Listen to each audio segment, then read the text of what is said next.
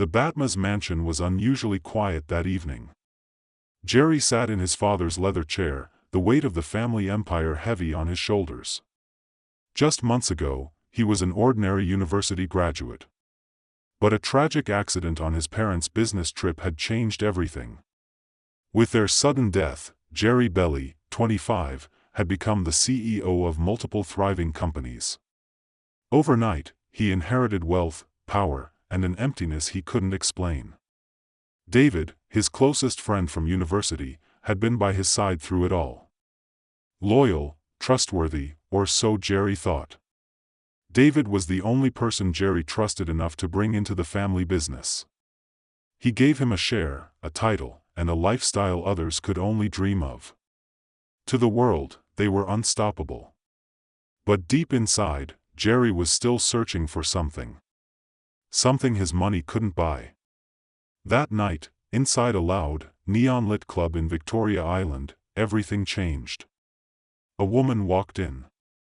Poised, flawless, eyes that held secrets, and a smile that begged to be chased. Her name was Wura. Jerry watched her from across the room, captivated. For the first time in years, he felt something real. "I like that girl," Jerry whispered to David.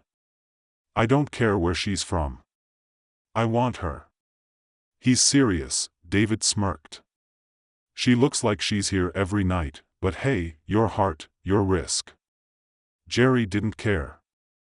Wura was everything his world of contracts and boardrooms wasn't: unpredictable, wild, alive. Within weeks, they were dating. Within months, married. The wedding was extravagant. Headlines screamed of love and wealth. But love, as Jerry would soon learn, cannot be bought. At home, Wura was different. She wouldn't cook, wouldn't clean.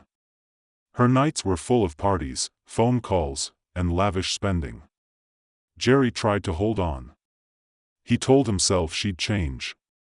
He told himself love was enough. Then one night, he came home from work. Wura was gone. Frustrated, Jerry called David. "Let's hang out," Jerry said. "Busy," David replied. "With someone's babe." "You know me." Jerry raised a brow. "You're still sleeping with other people's wives?" David laughed. "Don't act surprised. It's sweeter that way." Jerry's stomach turned. He ended the call and sat in silence, alone again. Needing air, Jerry stepped outside the estate. At the gate, an old woman stood barefoot, trembling. "Please, sir," she whispered. "I haven't eaten all day." Jerry hesitated, then gave her money. As he turned to leave, her voice stopped him cold. "Don't go to the business meeting tomorrow. If you do, you'll die." Jerry laughed. "Madam, you're hungry. That's why you're seeing visions." "I've warned you," she said. "Don't tell anyone. Not your wife, not your friend." Something in her eyes chilled his bones. "Do you know I have a meeting tomorrow?" But before he could get an answer, the old woman vanished. Jerry spun around. Nothing. No trace of her. Back inside, he couldn't sleep. Her words haunted him. The next morning, Wura was up early, packing his bag. "You're traveling today, right?" Jerry froze. "Who told you that?" "David called last night," she said too quickly. Something wasn't right. He looked her in the eye and said, "I'm not going anywhere." Wura blinked. "You're not going?" Jerry stared at her, trying to mask his suspicion. "Change of plans," he replied casually, brushing past her into the bedroom. Inside, he locked the door and sat on the edge of the bed, heart pounding. That old woman's warning wasn't just a coincidence. Wura's reaction confirmed it. Too rehearsed, too ready. Moments later, his phone rang. From the hospital. "Yes," Jerry answered sharply. "Mr. Jerry Badmoss, we regret to inform you that Mr. Philip, your PA, passed away this morning from a car crash. Jerry's throat dried. Philip, his most loyal employee. But what hit harder was the timing. Last night, Jerry had asked Philip to come pick him up in the morning. But this morning, something stopped him. Jerry had called Philip again, told him to go straight to the office instead. That meant he would have been in that car. His legs gave way. He fell to his knees. His phone buzzed. David. Hey, bro, David's voice chirped. I'm at the office. Investors are here waiting for you. I won't be coming, Jerry replied, voice flat. What? Are you joking? This deal is our breakthrough. Billions, Jerry, what's wrong with you? Jerry inhaled deeply. I just received a call now that my personal assistant had an accident this morning. He's dead. There was silence on the other end. What? Oh, well. Sorry, man. May his soul rest in peace, David said. But his voice lacked emotion. But you can still make it, right? Jerry's jaw tightened. A man is dead, David. And you're still, he ended the call. Wura appeared at the door, tapping softly. I heard your PA. That's really sad, baby. Jerry stood slowly, eyes scanning her face. You look happy. Her expression stiffened. What? Of course not. But Jerry saw it.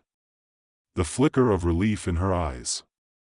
That same fake sympathy David had offered. He didn't sleep that night. The mansion felt like a trap. The next morning, he returned to work. As the gate opened, his heart skipped. There, beside the wall, stood the old woman. He jumped out of the car. You were right, he breathed. I would have died. She nodded. They want you gone. Your wife, your friend. Be careful. Don't sign anything. Watch them closely. Before he could say more, she turned and disappeared into the morning fog. Jerry entered the office. David stormed in seconds later, face twisted with frustration. You messed everything up, David shouted. Do you know what we lost? Jerry kept calm. Let's move on. Got something else? David's tone shifted. Yes, another deal. I've handled the documents, just your signature left.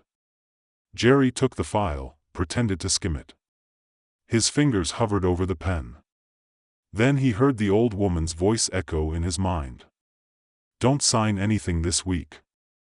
I'll review it first, Jerry said, closing the file. David forced a smile, but his eyes said otherwise. Sure, no problem. That night, Jerry made a silent vow. If the woman was right again, he would find the truth, even if it destroyed everything he thought he knew. Jerry stared out his office window, watching the Lagos skyline blur into shadows. The city buzzed below, alive with noise and ambition. But inside, he was paralyzed by doubt. David's smile. Wura's rehearsed words. The old woman's prophecy. They all pointed to one truth. He was living with enemies in disguise. He picked up the document David had handed him earlier, a billion-naira deal. Everything looked perfect on paper, but now Jerry didn't trust paper. He didn't trust anyone. He reached for his phone and dialed a number he hadn't used in years. Hello. A voice answered. Kelvin, it's Jerry. I need a favor, a discreet one. Kelvin was a tech expert, a former classmate who now ran a private surveillance company. I need to monitor my wife's phone. Real-time messages, calls, locations, everything. There was a pause. Bro, that's serious? Jerry's voice didn't waver. Yes, and I need it done today. By afternoon, the tracking was set. Jerry watched in silence from his laptop as a digital map blinked to life. Wura's phone location active. That evening, Wura left home again. Jerry froze. The name, the message, the betrayal. His chest tightened, but he stayed calm. This time, he needed proof. By 5:30 p.m., Jerry was parked in front of the hotel, a 5-star luxury spot. The receptionist beamed at him. "I know you, sir.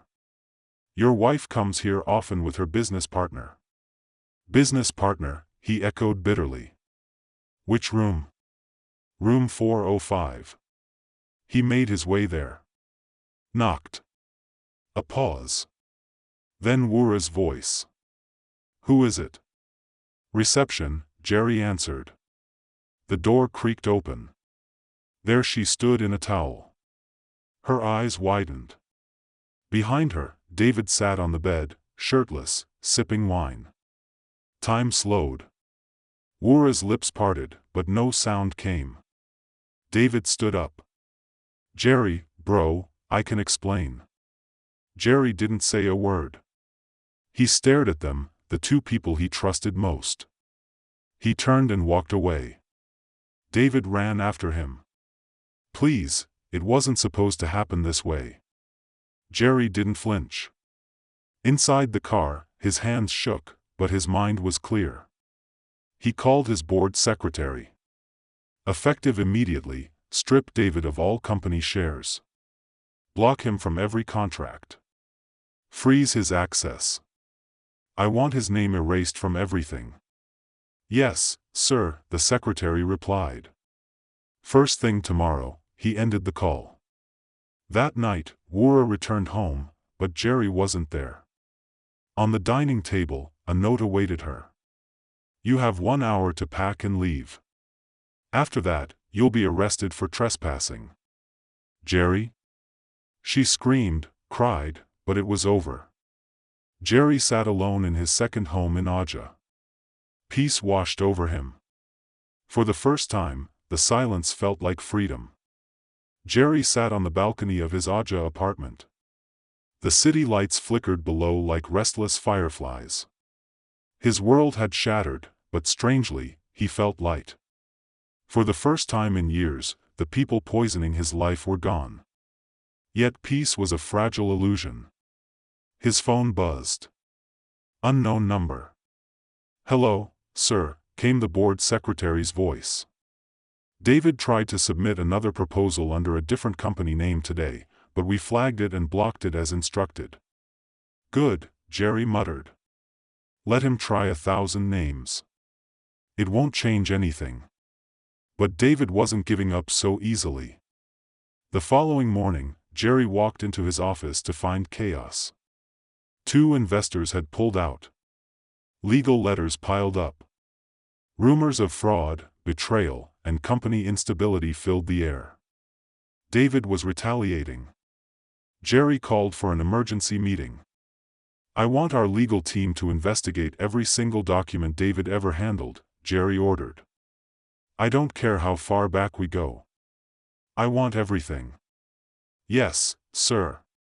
But as the meeting ended, something unexpected happened. His lawyer, Mr. Alabi, approached him cautiously.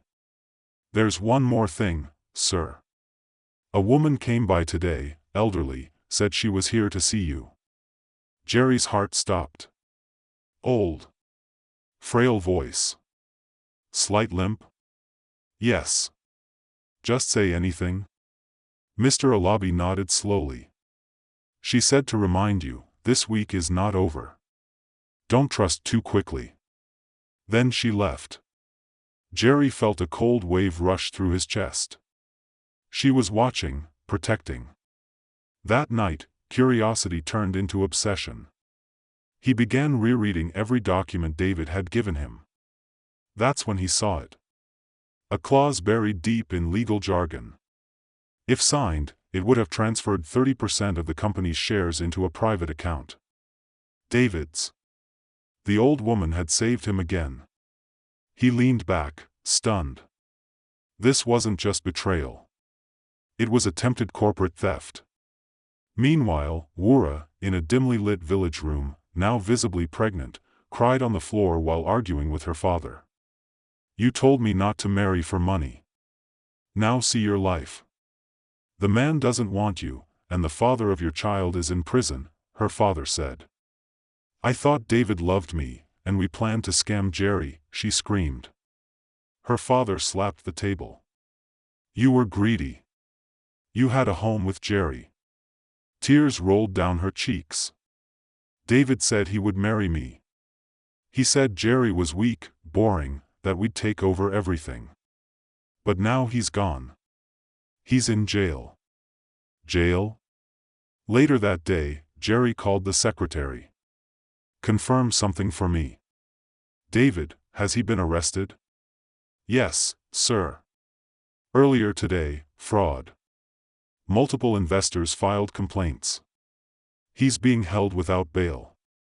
Jerry was silent. The fall had begun. That night, he sat alone, listening to the city breathe. A soft smile crept to his lips. God, you didn't just save my life. You opened my eyes. He raised a glass of wine toward the sky and to the old woman. Wherever you are. 3 months passed. The company had survived the storm. Jerry's leadership, though tested, had earned him a new kind of respect from board members, investors, and the public alike. News of David's fraud scandal spread like wildfire. He'd been sentenced to 6 years in prison. Wura had disappeared to her hometown, carrying the shame and a child fathered by a man who once plotted against his best friend. Yet, despite the peace, Jerry's heart remained restless. Each day, he checked the front gate, hoping to see her again. The old woman, the guardian he never asked for, but desperately needed.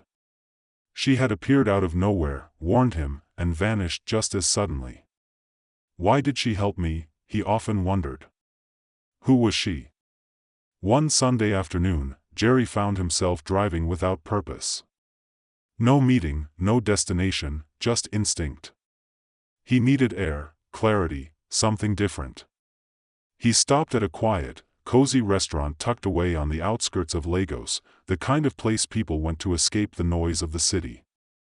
As he stepped inside, the soft scent of grilled seafood and jazz playing in the background calmed his spirit. He wasn't looking for anything, but then he saw her, not the old woman, a young lady dressed in white, seated at a corner table beside the window. Her presence was magnetic, elegant, yet unassuming. She wasn't scrolling through her phone. She wasn't pretending.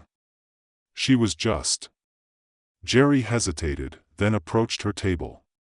Excuse me, he said gently. Would you mind if I joined you? She looked up and smiled. You've come. He blinked. Have we met? Not yet, she said softly. But somehow, I knew you'd find your way here. They talked. Her name was Mary. She spoke with grace and intelligence. She didn't ask about his wealth, nor did she care about his status. She listened with her heart. And when she spoke, her voice was calm, almost healing. For the first time in a long time, Jerry felt seen. He returned the next weekend and the next. The restaurant became their quiet corner of the world. Laughter replaced loneliness. Conversations replaced pain. Friendship blossomed. Genuine, unforced. One afternoon after lunch, as they strolled past an art gallery nearby, Jerry gently took her hand. I want you in my life, he said. Not because I'm lonely, but because I finally know what peace feels like with you. Mary's eyes shimmered with emotion. I've been praying for someone who'd see me beyond the surface. Someone real. And I've been praying for someone who won't destroy me behind my back, he replied. They both smiled. Two souls who had found home in each other. A year later, they married. A quiet, elegant ceremony surrounded by genuine love. No tabloids, no fake smiles, just joy. Soon after, Mary gave birth to twins, a boy and a girl. The same mansion that once echoed with betrayal now rang with laughter and lullabies. One evening, Jerry stood by the nursery window, his son in his arms, watching Mary cradle their daughter on the rocking chair nearby. It was a humid afternoon in Lagos when Jerry's driver suddenly slowed the car beside a busy street in Yaba. Traffic was crawling, and hawkers darted between cars, selling plantain chips and cold sachets of water. Jerry was returning from a charity event, an outreach he had funded through a foundation Mary inspired him to create. The foundation focused on empowering young people from disadvantaged backgrounds. It was his way of giving back. But then something made him look out the window. There, on the sidewalk, hunched beside a broken lamp post, was a man. Beard overgrown, clothes tattered, holding a worn plastic bowl. David. Jerry's heart clenched. It couldn't be. But it was his former best friend. The man who had once worn designer suits and toasted billion-naira deals, now begging for coins from passers-by who barely glanced his way. Their eyes met. David froze, shame flushed his face. Jerry told the driver, "Stop the car." He stepped out slowly, ignoring the stares of nearby vendors. David tried to stand but staggered. "Jerry," he croaked, voice barely human. I didn't expect, I never thought you'd." Jerry looked at him, emotion surging. This was the same man who almost got him killed, who laid in bed with his wife, who nearly stole his entire empire. But now he looked like a child who had lost his way. David dropped to his knees. "Please, I'm sorry for everything. I was stupid, greedy, blind. Prison taught me, pain taught me, but now I have nothing, not even hope." Jerry stared for a moment longer. Then he stepped forward and did the unthinkable. He helped David to his feet. "Come with me," Jerry said quietly. "You need food, not pity." They drove in silence to a quiet restaurant nearby. David ate slowly, as if afraid the food would disappear. "I don't deserve this," David muttered. "No, you don't," Jerry replied honestly. "But I'm not doing this because you earned it. I'm doing it because I've learned that forgiveness is not weakness. It's freedom." David began to cry, shoulders trembling. "You destroyed me," Jerry continued, voice calm. "You took my kindness for granted, but I won't let your darkness change the man I've become." He slid a small envelope across the table. "There's some money. Not for business. Just enough to get on your feet. Use it right." David wept harder. "Thank you. Thank you, Jerry." As they stepped outside, the skies opened with soft rain. Jerry lifted his face, letting the drops soak him. He felt cleansed that night. As he entered his home, Mary greeted him with a kiss, and their children's laughter echoed from upstairs. "I saw David today," Jerry whispered. Mary paused. "What did you do?" "I gave him a second chance," Jerry replied. "But not into my life. Into his own." He held her hand, looked into her eyes. "I'm not the man I was. I'm better because I survived betrayal and chose love instead. Now tell us, if you were in Jerry's shoes after all the betrayal, pain, and heartbreak, would you forgive David? Let us know in the comments below. Thank you for watching. Please like, share, and subscribe.